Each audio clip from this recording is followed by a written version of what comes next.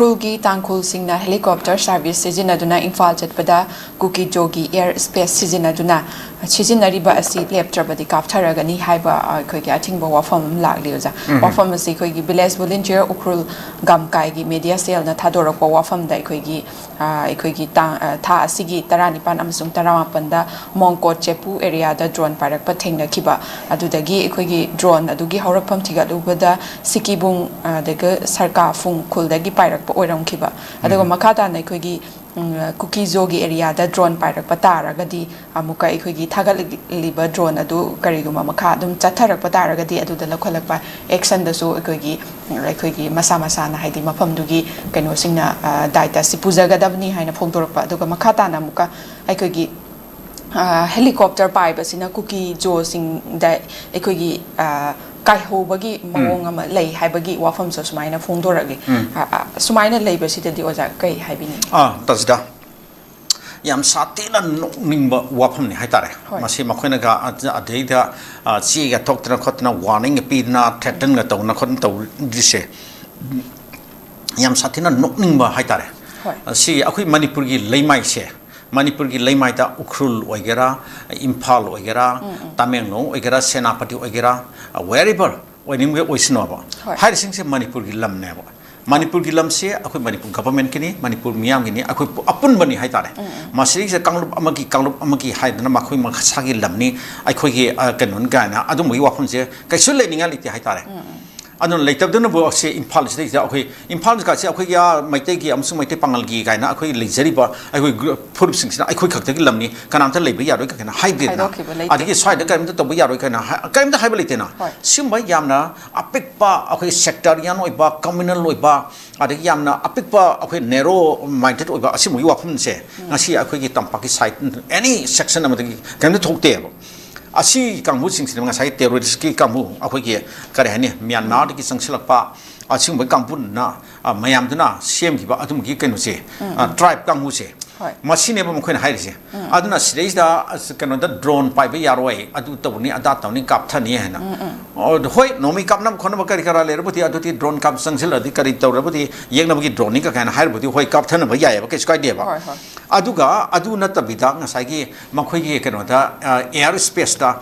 chopper helicopter passenger pu helicopter da sap ya roi pai ba ya roi ukhul da gi akoi passenger pu ge imphal da sap helicopter na pai ba ya roi ka kai moi gi kadai da gi karam air space no moi gi kadai da kari lam no aduna sai se yam thina ngang ningi hai tare na akoi mai te lon da kanu da sigi media ge forum da na tati akoi ngang da ni adu sidde akoi ngang ning de adu moi lon da pu da de season ning de aduna ngasai karam ba makhal gi makhoi gi lam no hai ba adugi lam aduga lam dugi mathak ta leiba akoi sky sibu makhoi air space ka haina kadai da yam noning mani hai ta noning wakhon hai tare aduna asim bagi wangang sangang tawrai ba asim gi makhal gi intimidation threat ka pirai ba asim kambu se ma se torat tu na muthat na mane makhoi mathak to operation sanction gi done ba adu di kana sanction tare district administration sanction gi done district administration plus akoi police na aduna makhoi gi si ukrul district ke manung da leiba adumba lam amada adugi mapada adugi mafam da asmana helicopter ka pai ba yaro kai kari authority leitana makhoi na hairi no ba yes aduna hairi ba aduma na khoi gi aduma kari kano tawra ngang ba music do phar ka ne phar na sai tot ka do ni haitare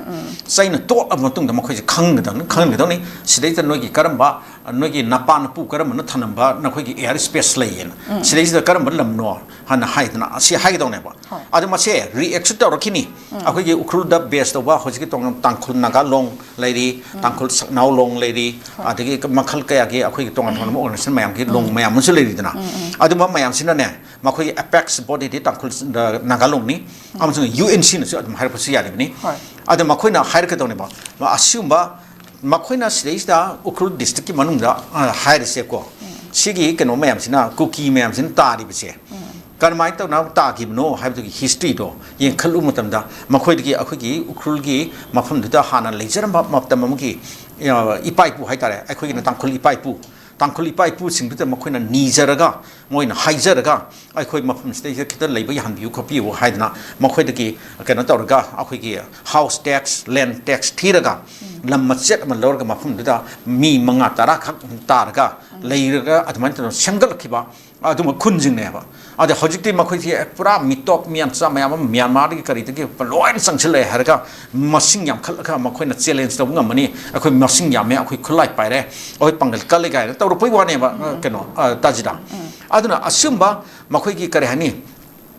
mitop miram daki miribak daki ngamkhai lanan la aga adai da saidang nan leiraga hojikta mapu sarga tawre bachidi aduga adumuga makhal gi threat ka pirak tan khodan tawchidi madudi yamna nokning ba absang tawroi ta thaba mani aduna masigi potsida singso samne react lakine na ai khali aduna sagi district administration na amsang district police na ne asigi che thoi bse masi karamba ain gi law gi makhada kanu da ahoina agi action lo khapya ba ge habado yeng le harga makhoi mathakta kanu ki legal action se padan lo khatlaka makhoi legal punishment se lawful ba makhoi phamum to pa punishment se phangan ge dong ne ai haininge tajra thaga chari aduga ne oza ai